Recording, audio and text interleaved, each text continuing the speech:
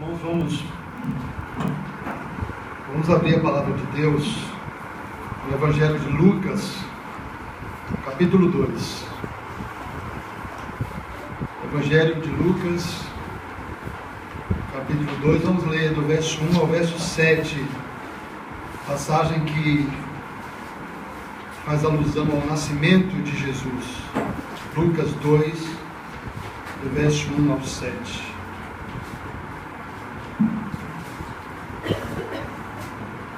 Mesmo assentados, vamos ouvir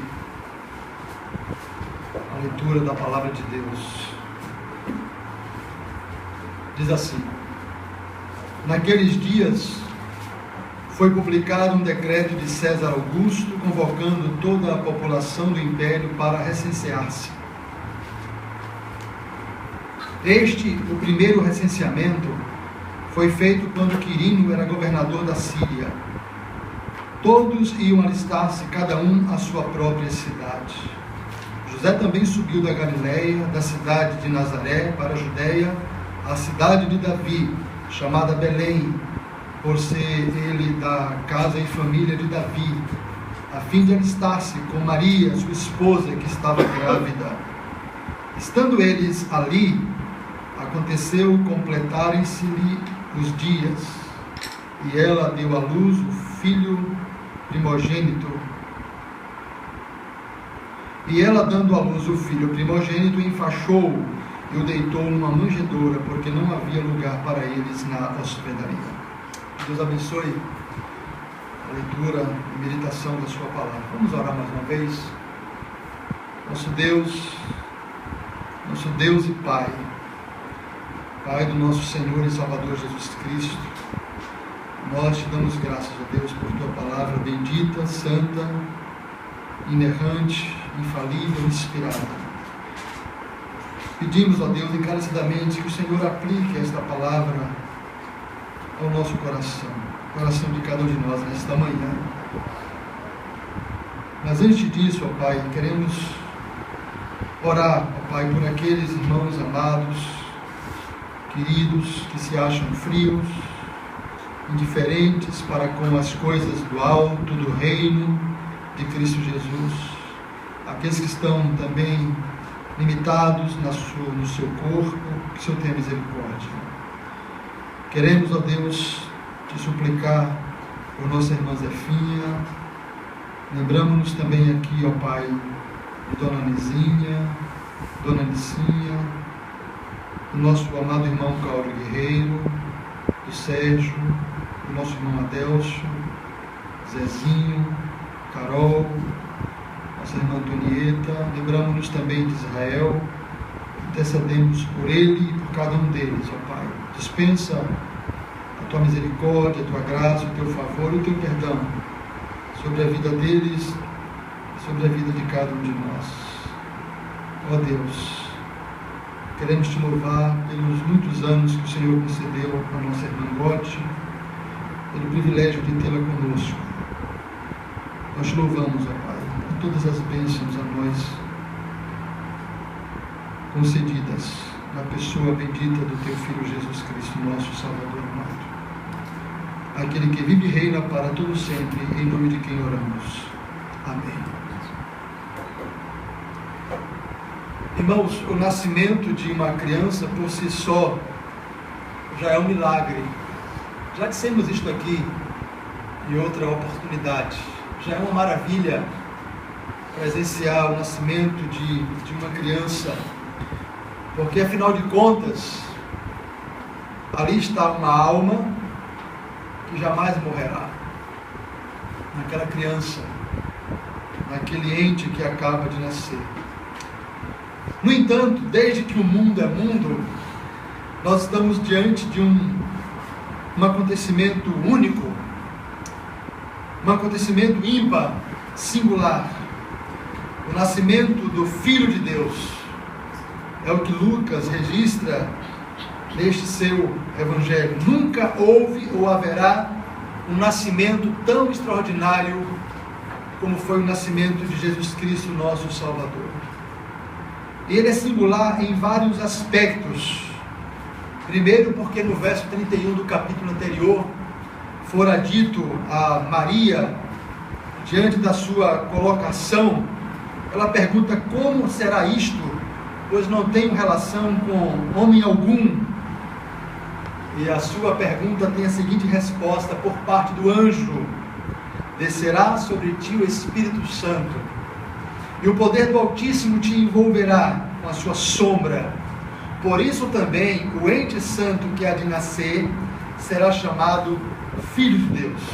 De fato, 1 Timóteo 3,16 diz que o Verbo se manifestou em carne. E é um momento histórico, é um divisor de águas, é um momento que divide a história entre antes de Cristo e depois de Cristo.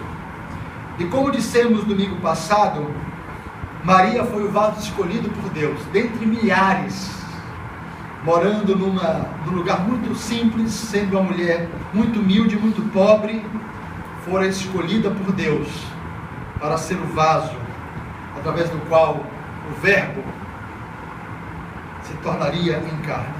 Mas vamos olhar um pouco para o texto em questão, em foco, porque Lucas nos fala acerca da época do nascimento de Jesus. E o que eu quero ressaltar nesta manhã, irmãos, principalmente, majoritariamente, é a providência de Deus, é o fato de que Deus governa todas as coisas e faz com que tudo concorra para a sua glória e colabore para o bem daqueles que o amam, coopere para o bem daqueles que o amam. Lucas começa o capítulo 2 dizendo: naqueles dias foi publicado um decreto de César Augusto, convocando toda a população do império para recensear-se. Esse foi o primeiro imperador, César Augusto, do Império Romano. E a gente sabe, segundo a Bíblia, que Deus tem o coração do rei na mão, e segundo a sua vontade, ele o inclina. E sem que César Augusto se desse conta, Deus o estava usando como um instrumento em suas mãos, para que a sua vontade, para que a sua palavra se cumprisse. No livro de Miqueias, capítulo 5, verso 2, está dito que Jesus nasceria onde? Em Belém da Judéia. Você pode conferir, Miqueias 5,2 diz que Jesus nasceria em Belém, não lá em Nazaré, onde morava a sua mãe Maria. E a gente percebe que a providência soberana de Deus faz com que Maria vá com seu noivo José até Belém, exatamente porque ali haveria de nascer o Senhor Jesus. Perceba que você pode se perguntar: mas por que exatamente nessa época, nesses dias, César Augusto teve a intenção de decretar um recenseamento? Porque exatamente naquela época, porque quando Maria e José vêm para Belém, diz-nos o texto no verso 6, que estando eles ali, aconteceu completarem-se-lhe os dias. Maria estava grávida, exatamente quando ela vem para Belém por causa do decreto do imperador. Quando ela chega ali, aconteceu, e nós sabemos que não aconteceu por acaso. Aconteceu completarem-se-lhe os dias para que se cumprisse o que fora dito por Deus através do profeta Miqueias, que ali em Belém da Judéia haveria de nascer o Salvador, que é Cristo o Senhor. Os judeus estavam sob o domínio romano.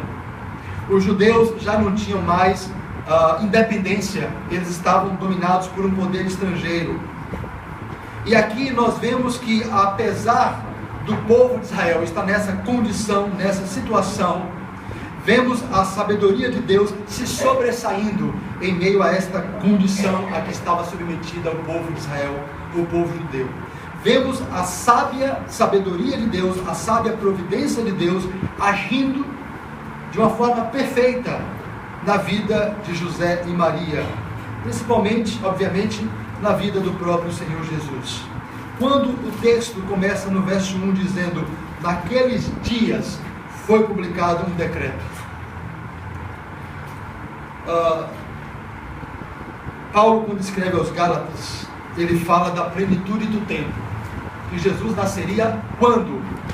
Na plenitude do tempo. Pois bem, o tempo agora havia chegado.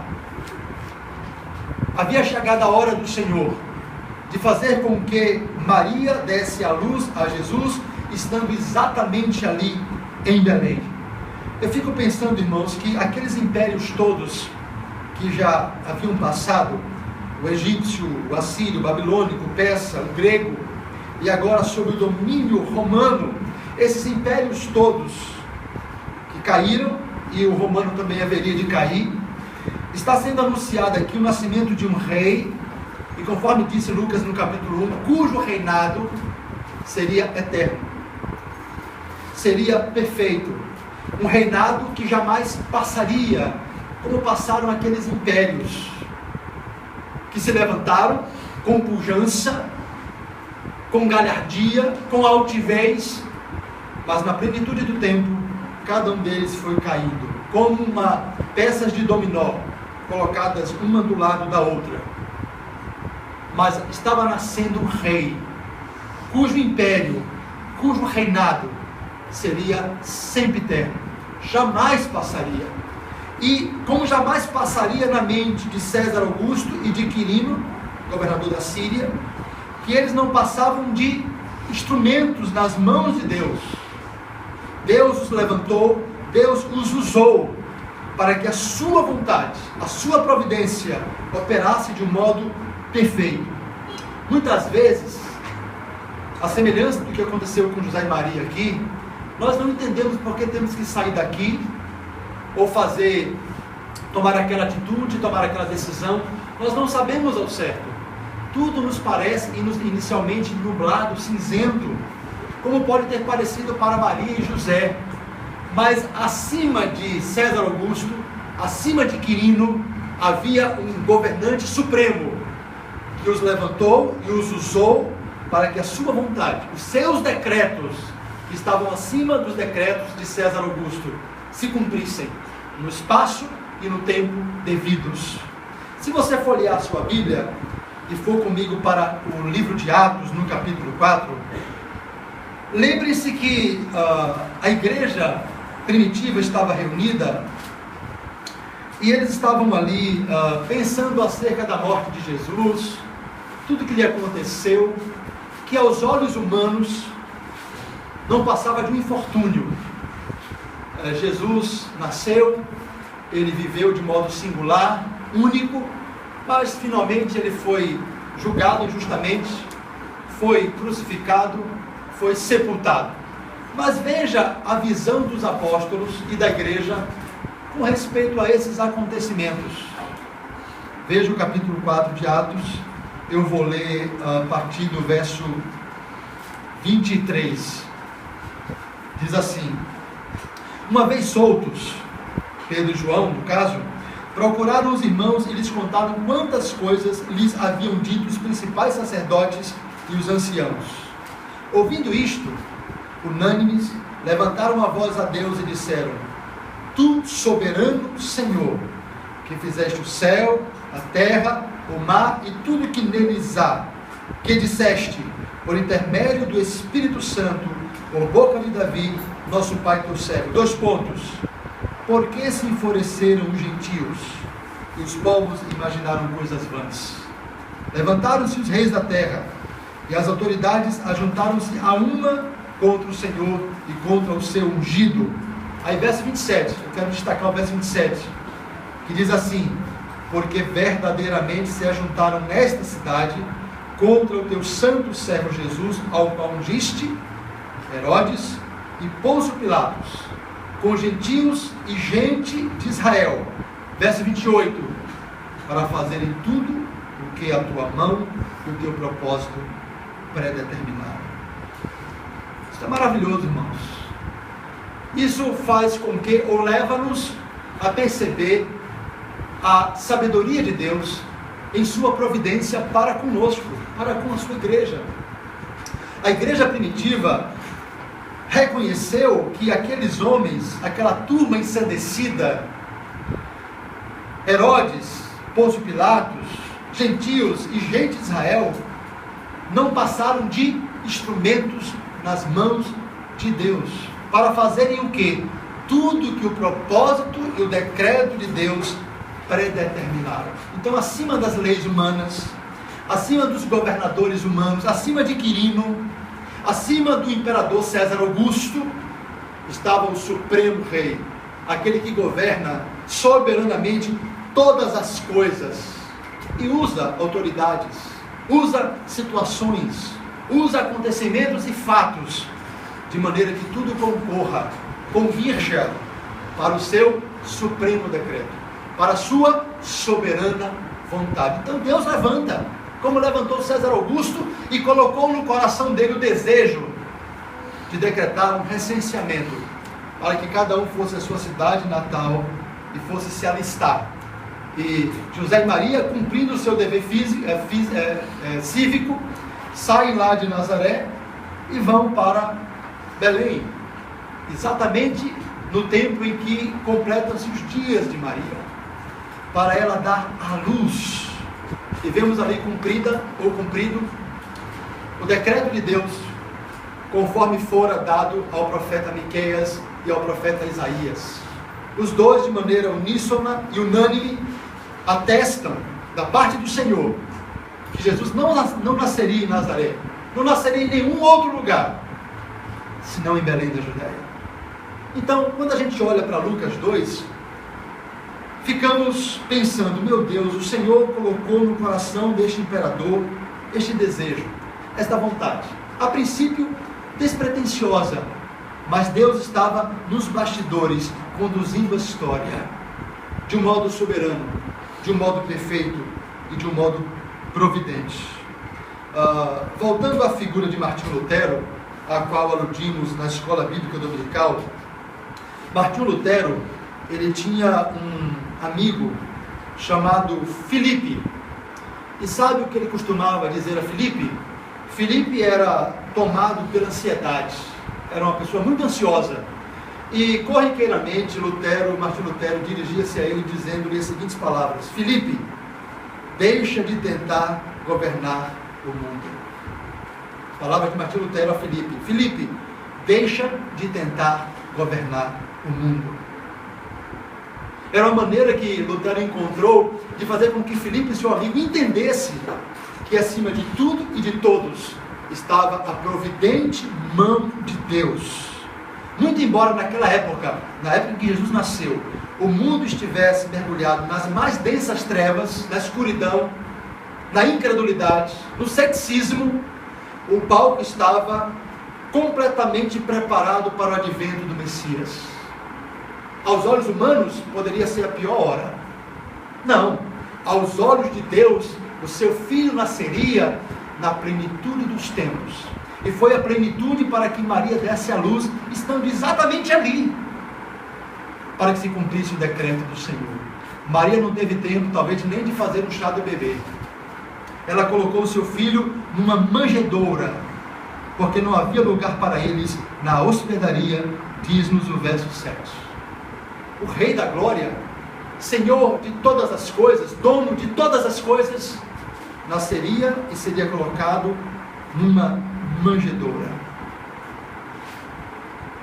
Nasceria de forma humilde. É por isso que Paulo diz que ele se fez pobre por amor de nós.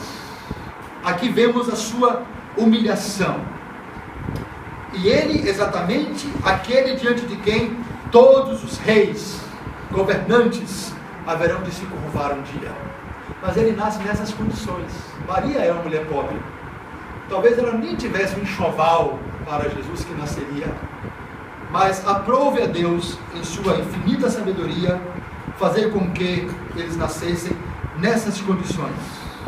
Os versos 7 e 8 informam-nos que, estando eles ali, aconteceu de Maria ter contrações, havia dilatação necessária, tudo da parte do Senhor, para que Jesus nascesse ali e nascesse da forma como nasceu. Você se lembra que nos evangelhos, por mais de uma vez, Jesus se dirigia a alguém, como se dirigiu à própria Maria, sua mãe, dizendo: não é chegada a minha hora. Por mais de uma vez ele disse isso, né? Não é chegada a minha hora, mas aqui havia chegado a sua hora. chegou a sua hora de nascer, de vir ao mundo. O Verbo se tornando carne, a segunda pessoa da Trindade, o Filho unigênito do Pai, manifestado em carne. Nessas condições, informadas aqui por Lucas, o médico amado, nós sabemos que o mundo não o conheceu pela sua própria sabedoria.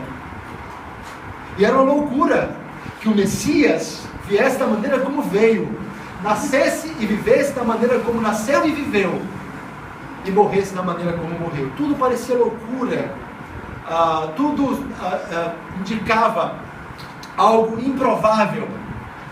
Mas na verdade, irmãos, como disse há pouco no EBD, nunca foi por sorte, por causa de sorte ou azar, mas sempre foi Deus decretando todas as coisas na nossa vida, na vida da sua igreja, para a sua glória, para o nosso bem. Então, o tempo está nas mãos de Deus. Foi exatamente nesse tempo em que o César Augusto, imperador romano, sentiu o desejo de decretar um recenseamento. Por quê? Porque o tempo está nas mãos de Deus, bem como o coração do rei. Tudo está nas suas mãos.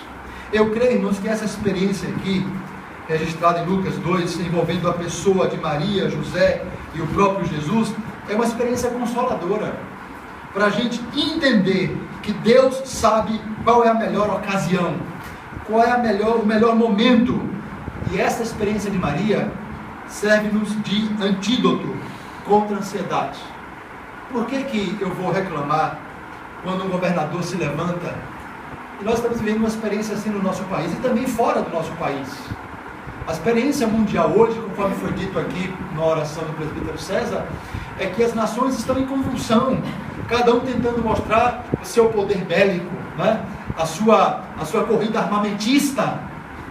Mas eu tenho que crer na soberania de Deus, na sua providência, que Ele tem o coração do rei na mão. Lá, do soberano com S minúsculo, Ele tem um coração na mão e Ele controla todas as coisas para a sua glória e para o seu louvor. Eu não sei se eu citei isso aqui, ou se eu li essa semana. Alguém me disse algo, foi um dizer que eu coloquei no grupo da igreja, ele falando sobre as peças do xadrez, né? A gente às vezes se julga a rainha, o rei, mas no final todas as peças são guardadas na mesma caixa. São todos iguais. Assim são os imperadores aos olhos de Deus. Um pode sobressair um pouco mais do que o outro, mas no final das contas, todos vão para o mesmo lugar de subserviência. Todos estão submissos, ainda que não saibam, não atinem para esta verdade, a verdade bíblica, de que Deus decreta todas as coisas para a sua glória e para o seu louvor. Assim creu a igreja. Eles se levantaram contra o teu servo santo Jesus, mas para fazerem tudo o que a tua mão e o teu propósito predeterminado. Deus tem predeterminado todas as coisas para a minha vida. Não podemos achar que isto ou aquilo é obra do acaso, ou foi sorte, ou foi azar. Nunca. É sempre Deus. E foi Deus aqui, levantando o imperador César Augusto, o governador Quirino da Síria, e usando-os para que a sua vontade soberana se cumprisse na vida dos seus filhos, para que a sua providência sábia operasse nas vidas de José, Maria e Jesus. Isso é consolador, irmãos. Saber que Deus, na sua providência, cuida de nós e o faz, muitas vezes, da maneira mais inusitada possível. Permite que uma lei seja decretada, sancionada, ou que uma lei caia, seja arquivada, não importa o que aconteça. Sabemos de uma coisa: Deus está no controle. O governo soberano e providencial pertence ao Senhor. Quando eu olho para o verso de número 4, José também subiu da Galileia, da cidade de Nazaré para a Judéia, a cidade de Davi, chamada Belém, por ser ele da casa e família de Davi, a fim de alistar-se com Maria, sua esposa. Se você fizer rebobinar a sua vida, pensar em alguns fatos que já lhe ocorreram, alguns acontecimentos que aos seus olhos pareceram negativos. Você pode se perguntar, qual o propósito de Deus com aquilo? Qual a intenção do coração de Deus com aquele fato na minha vida? E você às vezes não encontra uma resposta que o convença, que o satisfaça. Como talvez Maria e José talvez não entendessem bem. Olha, Maria está prestes a dar à luz e vamos ter que empreender uma viagem. Pode ser que no meio dessa viagem ela venha a dar à luz, e tudo parecia muito impróprio, inadequado.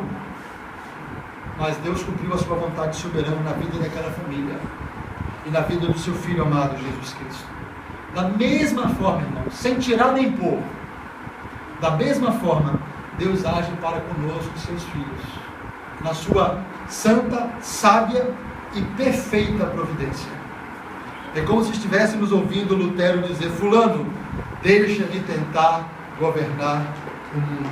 Se aquiete, serene, não fique ansioso, não se turbe o vosso coração, não tente governar o mundo, Filipe.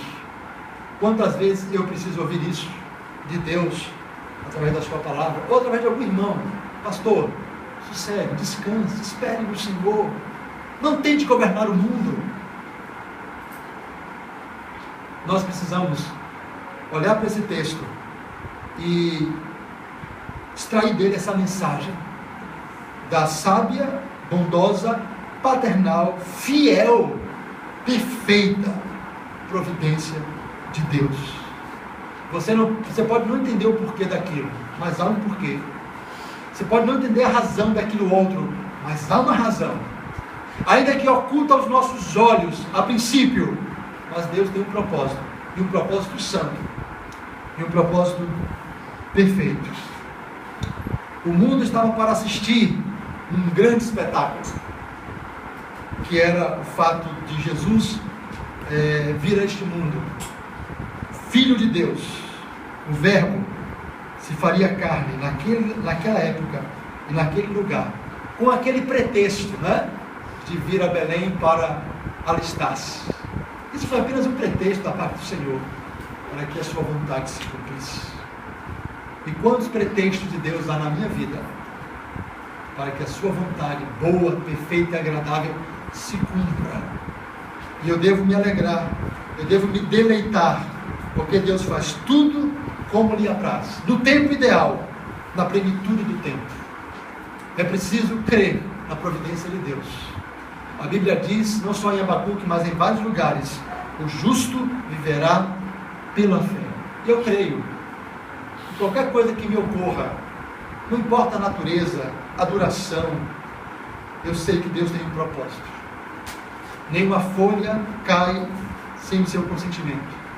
Mesmo um pardal, Deus monitora, superintende, preside, governa todas as coisas, especialmente na nossa vida, na vida dos seus eleitos, na vida dos seus filhos amados. Você crê dessa forma? Você pode olhar para esse texto e pensar dele uma lição para você, e talvez dizer: Senhor, me perdoa, porque eu tenho tentado governar o mundo. Eu tenho uma certa semelhança com esse tal Filipe, a quem Lutero se dirigia dizendo: pare de tentar governar o mundo. Saiba, creia que é Deus quem governa as nossas vidas, que é Ele quem dirige os nossos passos, que é Ele quem firma os nossos pés. Eu preciso crer nisso, irmãos. A cada dia, a cada momento, a cada episódio, envolvendo direta ou indiretamente a minha vida, para que eu possa de fato, realmente descansar no Senhor. Quem disser que descansar em Deus é fácil, deve estar equivocado. Não é fácil descansar em Deus.